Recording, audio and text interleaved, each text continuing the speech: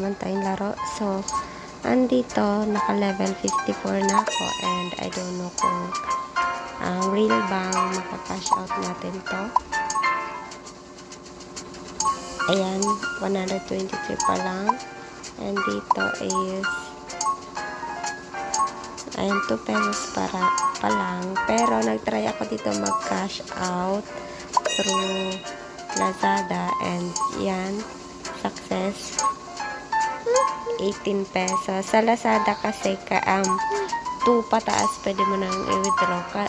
May charge siyang 1.5% ata yun. Tapos sa GCash may less na 20 pesos, ganun. Then, ayan.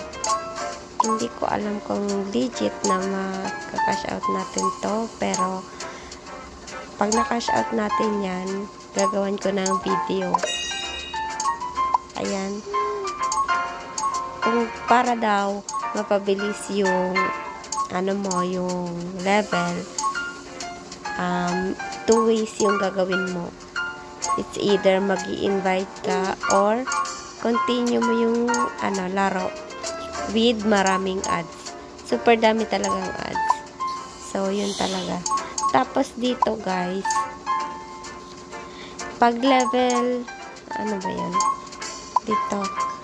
Pag level, pa lang, the cash out ratio of our cash is fixed at yung mababa pa lang kasi yung level ko is pa lang 54. Kaya yung percent na nakukuha kong red money is 0.1 pa lang ata.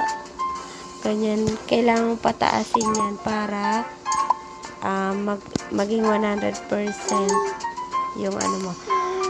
Kung gusto mo na mabilisan, click mo yung auto, tapos confirm para automatic na siya na yung pair. Kung ayaw mo naman, ikaw mismo ang mag-pair. Tapos ito, click mo lang yan. Yan sa baba.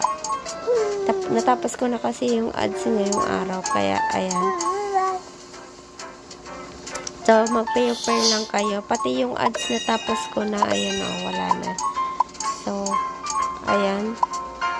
Pag naging 200 na siya, pwede na siya i-cash out. By the way, dito pala sa, 200. Pag na-cash out nyo, mapupunta siya dito sa green money.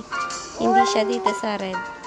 So, yun lang. Update ko kayo pag na-cash out ko siya ng walang invite. Kasi wala pa akong invite. Yun lang.